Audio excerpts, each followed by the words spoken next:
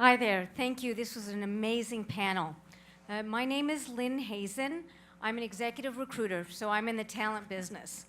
One of the biggest frustrations I have is I have a lot of people who I work with who are from other countries, who come to Chicago to get an advanced education, and then they can't get hired in Chicago because the companies will not sponsor them.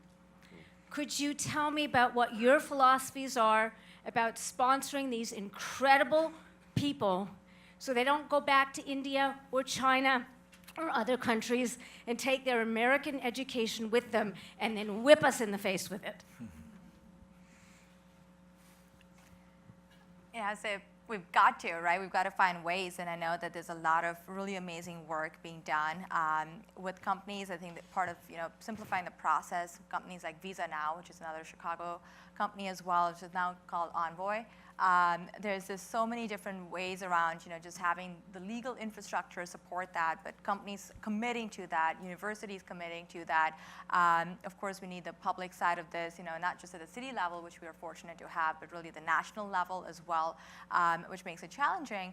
But in other ways, and this is sad to think, but many of our companies are also starting to now hire people in other countries, because they are just so talented and so amazingly dedicated to contributing value.